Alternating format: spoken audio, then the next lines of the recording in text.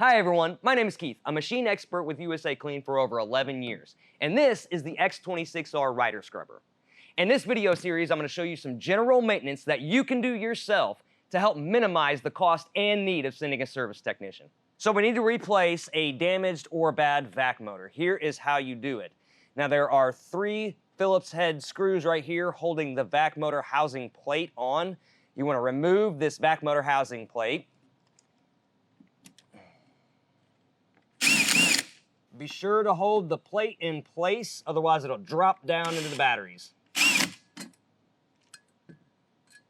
Now your next step is going to be unplugging the vac motor.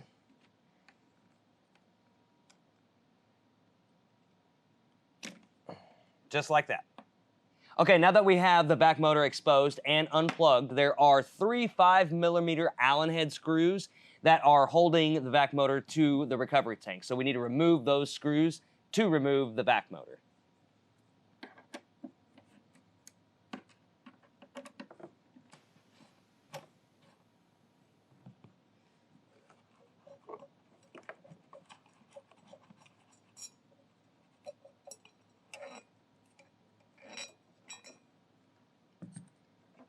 And now you can pull the vac motor out of the recovery tank.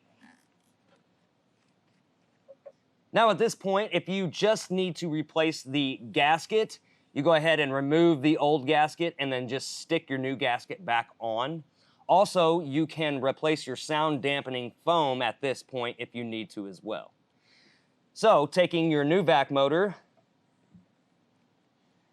slide it back in, and just screw it back down into place.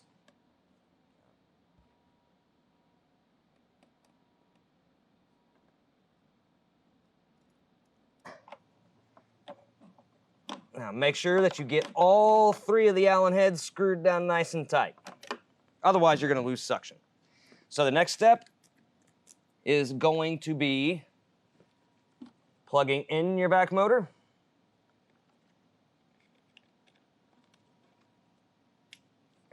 And just tuck those wires back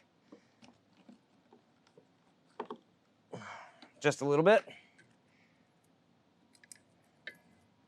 And now we can put back on the vac motor plate.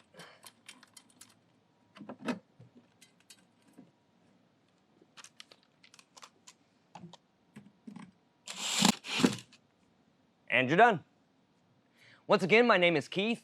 For all the parts listed in today's video, plus thousands of diagrams and how-to repair guides, be sure to click the link in the description below or visit us on the web at USACLEAN.com. Now, if you like what you watch, go ahead and hit that like button and subscribe for future videos. Stay safe and thanks for watching.